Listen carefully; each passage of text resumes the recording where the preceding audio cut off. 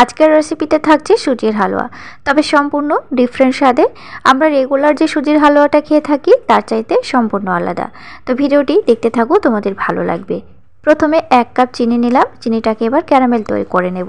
প্রয়োজনে এখানে 2 চামচ জল দিতে পারি, তবে এখানে জলটা না দিলেও হবে। জলটা দিলে ক্যারামেলটা তৈরি করতে একটু সময় লাগে।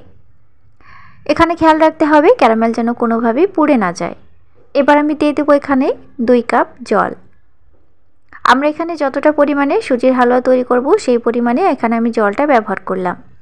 আর দিচ্ছি এখানে 1 চামচ ঘি। নাড়াচাড়া করে আমি ক্যারামেলটা এক সাইড করে রেখে দেব। এখন ক্যারামেল থেকে খুব সুন্দর সুগন্ধ দিচ্ছে।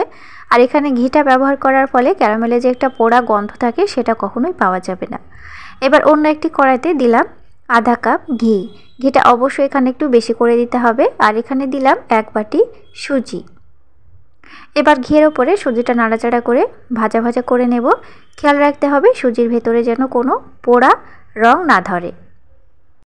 সুজিটা যখন ভাজা ভাজা হয়ে যাবে আমরা কি করে বুঝবো সুজিটা অনেকটা দানাদার হয়ে যাবে। এবার দিয়ে দেবো এখানে 1 কাপ মিল্ক পাউডার আর দিয়ে দেবো সামান্য পরিমাণে কিশমিশ। তো এখানে কিশমিশের বদলে যে কোনো ড্রাই ফ্রুটস ব্যবহার করা যাবে। আর মিল্ক পাউডার অবশ্যই ব্যবহার করবে।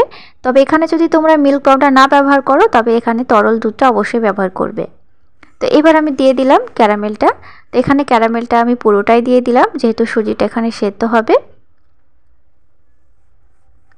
আর এই সুজির হালুয়াটা সম্পূর্ণ ভিন্ন স্টাইলে তৈরি করব, আর স্বাদও হবে কিন্তু সম্পূর্ণ আলাদা। একবার অবশ্যই বাড়িতে বানিয়ে দেখো, ভীষণ ভালো লাগে খেতে।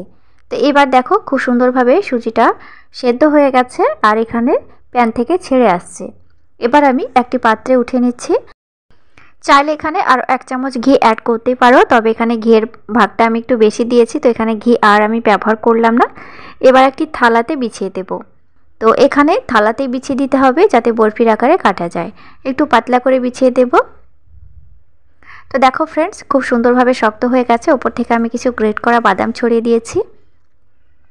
প্রয়োজনে তোমরা বাদামটাকে একটু বড় সাইজ করেও ছড়িয়ে দিতে পারো।